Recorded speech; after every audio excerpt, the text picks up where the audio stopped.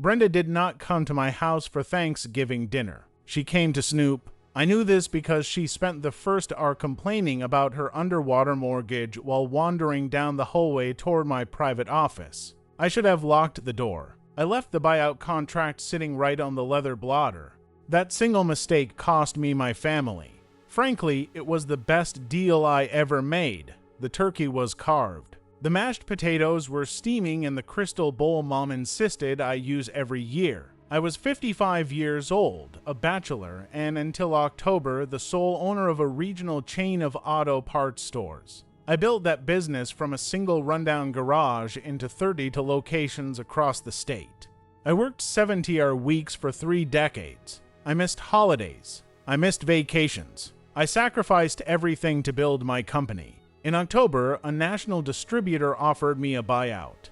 I signed the final papers, deposited the funds, and told absolutely no one. I knew my family. I knew exactly what would happen if they found out I had money. I just did not expect the reckoning to happen over cranberry sauce. I was pulling the rolls out of the oven when Brenda walked back into the dining room. Her face was flushed red. Her husband, Dave, was already seated at the table with their teenage kids. Mom and Dad were sitting at the opposite ends. I placed the basket of rolls on the table and looked at my sister. She was shaking, but not from the cold. She was holding a thick manila folder, my folder, the one I had left on my desk. Brenda did not sit down. She marched directly to my end of the table and slammed the folder down onto the mahogany wood. The metal clasp scratched the surface. "Explain this, Arthur," Brenda demanded.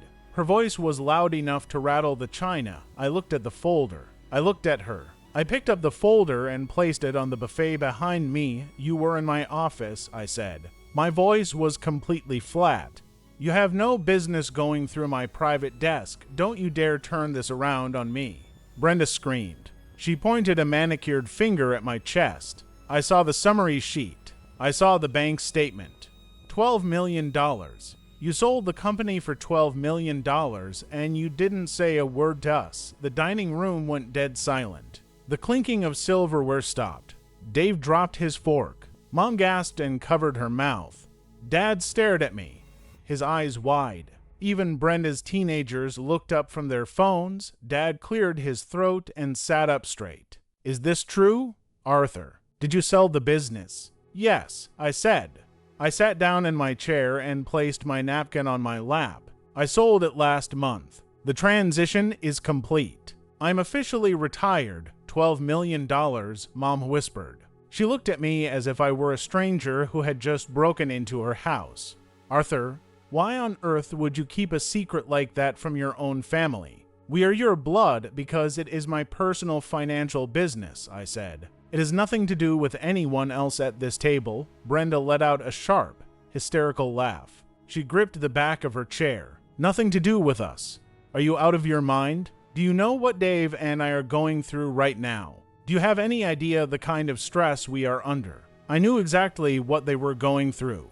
Dave was a general contractor who refused to actually do any labor.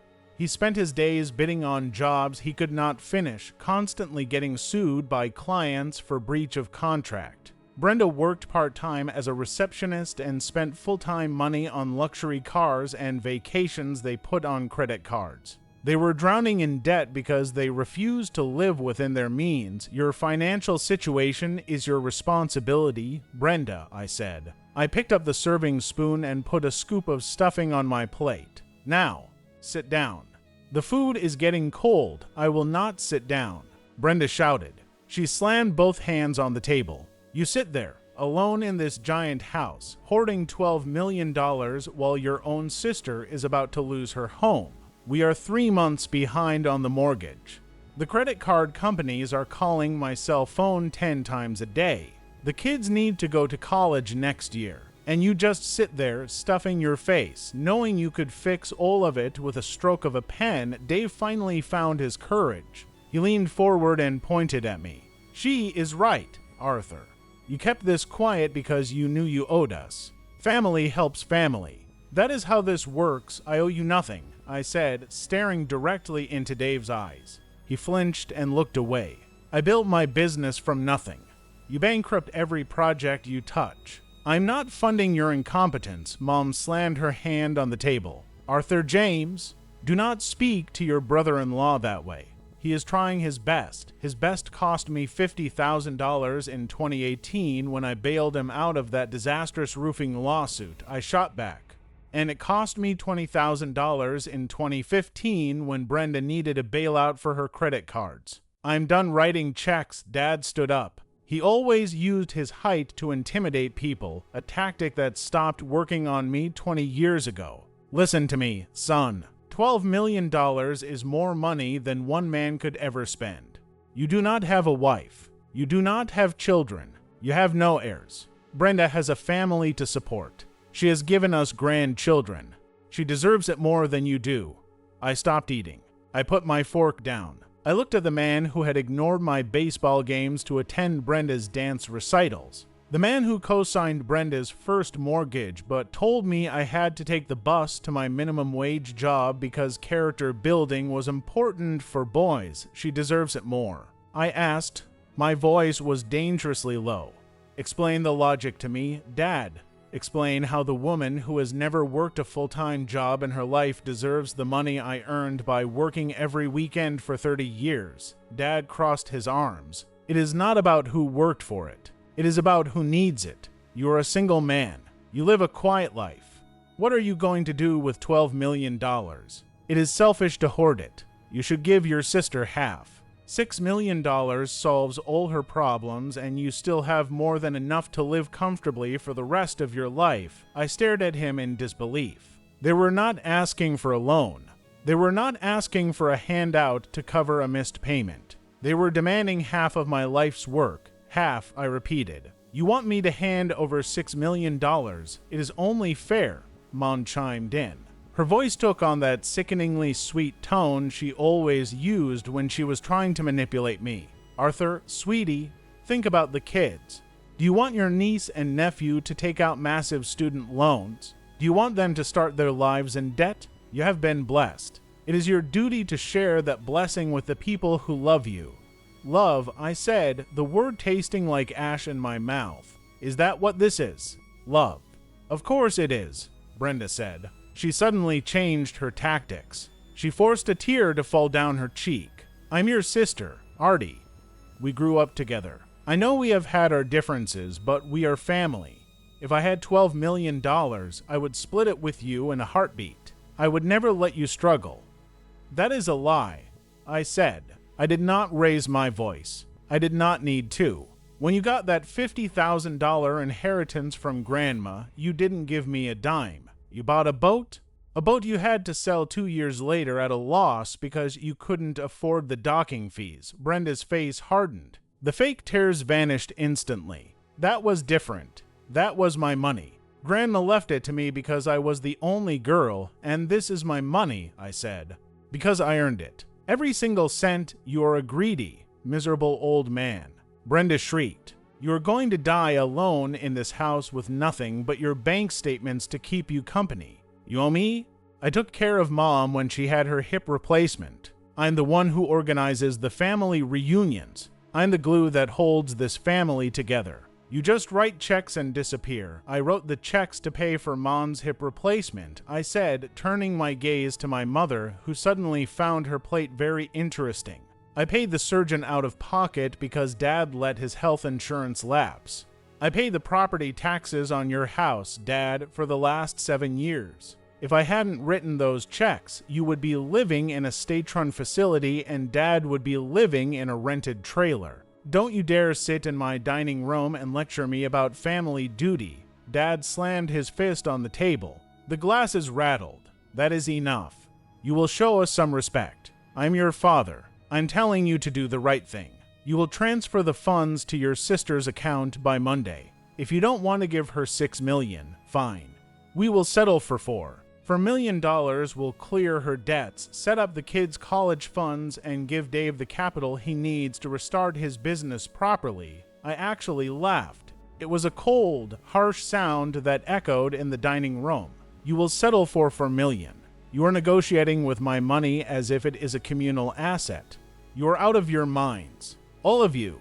We are trying to be reasonable, Dave said, puffing out his chest. You are the one being difficult.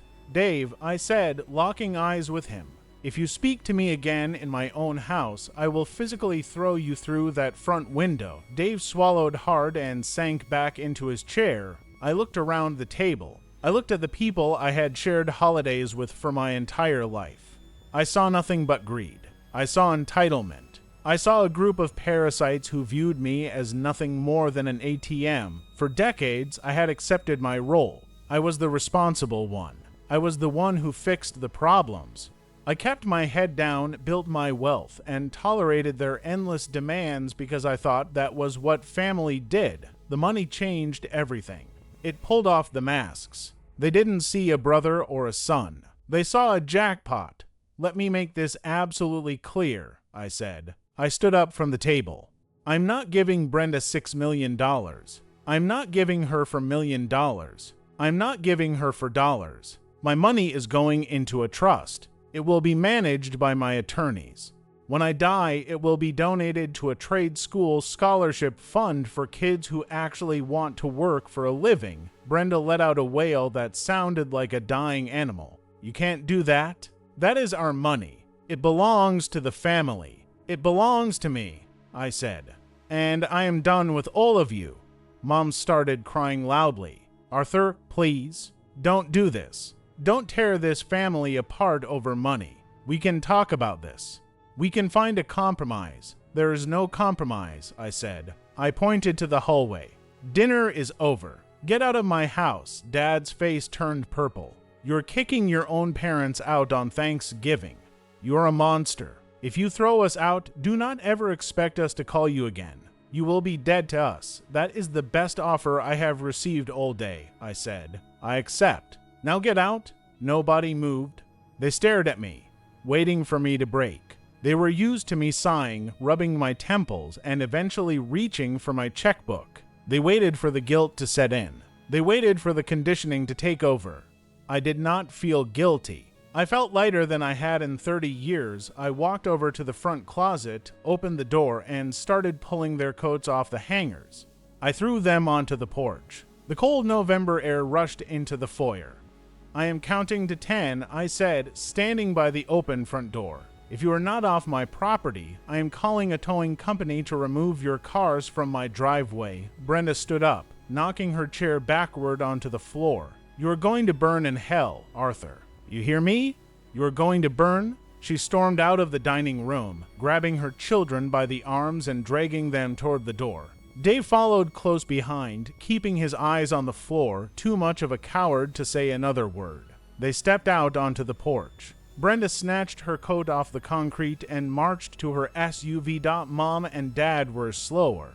Mom was sobbing into a tissue, shaking her head as she walked past me. I failed as a mother, she wept. I raised a selfish, heartless boy. You raised a bank account, I replied. And the account is closed. Dad stopped in the doorway. He looked at me with pure venom. You will regret this. When you are old and sick, nobody will be there for you. You will die with your money, and nobody will care. Goodbye, Dad, I said. I slammed the heavy oak door in his face. I threw the deadbolt. I listened as their car started up and backed out of the driveway. I watched through the peephole until the taillights disappeared down the street. The house was completely silent. I walked back into the dining room. The table was a mess. Brenda's chair was lying on the floor. The gravy had formed a skin. The mashed potatoes were cold. The folder sat on the buffet, completely unharmed. I picked up the chair. I cleared the plates and scraped the uneaten food into the garbage disposal. I put the dishes in the dishwasher. I wrapped the turkey in foil and placed it in the refrigerator. I cleaned the dining room until there was no trace they had ever been there.